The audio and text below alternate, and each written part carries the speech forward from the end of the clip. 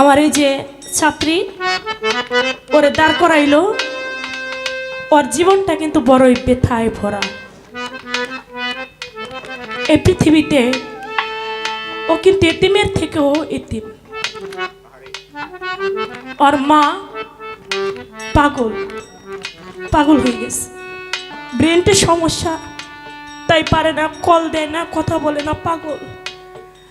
ওর বাবা সংসারের কাজ করে খায়। আপনারা ওর জন্য দোয়া করবেন, ও যেন অনেক বড় একটা শিল্পী হয়ে, ও যেন মানুষের মতো মানুষ হয়ে ও যেন ওর পথটাও ধরতে পারে। ওর জন্য সবাই দোয়া করবেন। নায়িকা মাতা নায়িকা